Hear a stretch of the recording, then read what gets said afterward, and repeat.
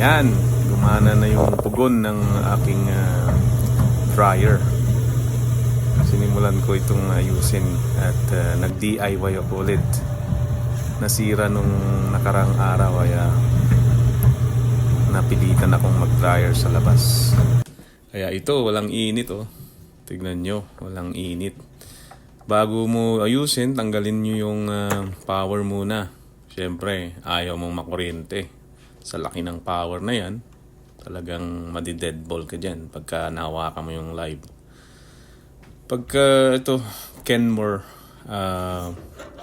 ganito lang pala yung pag-aayos nito. Simple lang, muntik na akong magpaayos sa labas. Yan yung mga connections niya. Oh.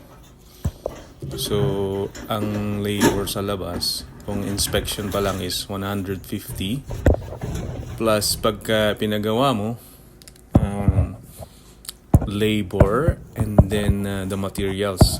So, ito lang pala ang dapat mong i-check pagka may sira yung dryer mo. Tatlong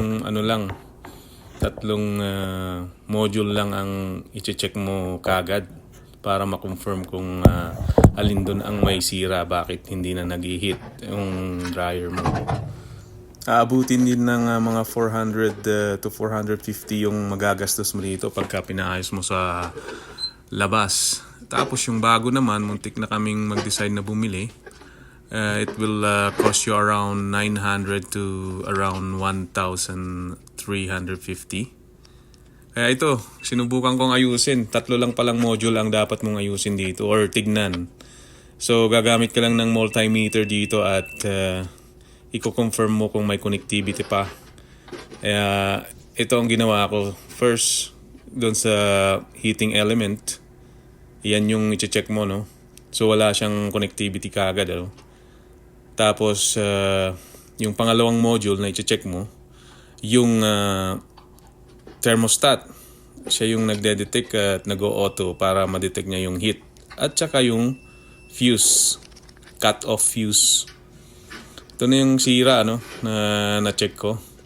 Yung heating element mismo ang bumigay na. So ikaw ba naman it's been around 10 years na sigurong gamit to. Naka 8.5 years na kami dito sa bahay.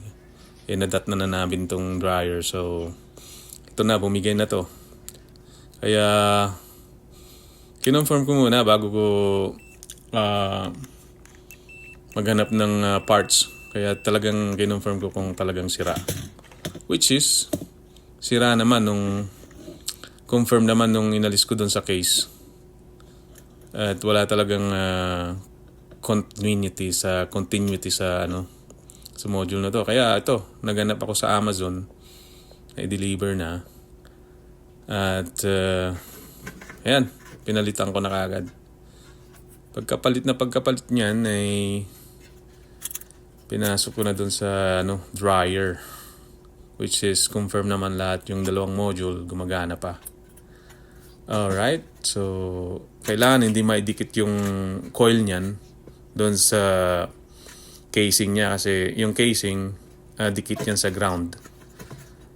At disclaimer lang, kung hindi mo alam yung sa kuryente, huwag mo nang gawin. Yan lang ang disclaimer ko dyan. Kaya yun, kabit mo ulit. Parang sa dating connection, wala kang babaguhin. Kung ano yung connection ng luma, yun pa rin. Pinalitan mo lang yung module ng heating element.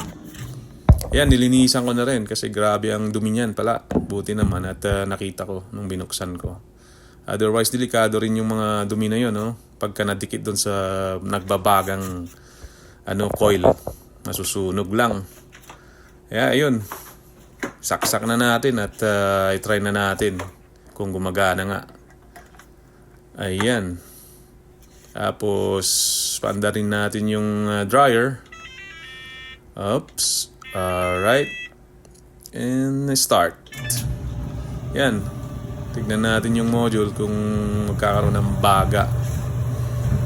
So, ayan na. Unti-unti nang pupula yan. Yun. So, yan. Pumula na.